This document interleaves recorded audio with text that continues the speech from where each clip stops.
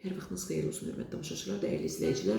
Son dəqiqə bir xəbərimiz var, onu nəzərinizə çatdırırıq. Azərbaycanda balıq ovu qadağan edilib. Bundan bağlı News 365 az saytı Kənd Təsərrüfatı Nazirliyinə istinadən məlumat yayıb. Məlumatda qeyd olunur ki, balıqların kürüləmə dövrü ilə əlaqədar olaraq sənaye məqsədi ilə balıq və digər su bioresurslarının ovu bugündən etibarən ölkə ərazisindəki bütün su hövzələrində sentyabrın 1-nə qədər qadağan edilir.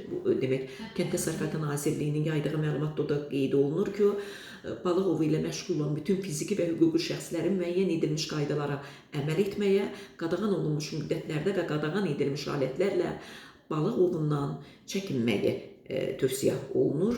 Balıq və digər su bioresurslarının ov qaydalarını pozan, o cümlədən qanunsuz balıq ovu ilə məşğul olan şəxslər Azərbaycan Respublikasının İnzibati Xətalar Məcəlləsi və Cinayət Məcəlləsinə uyğun olaraq məsuliyyət daşıyırlar deyə açıqlamada bildirilir.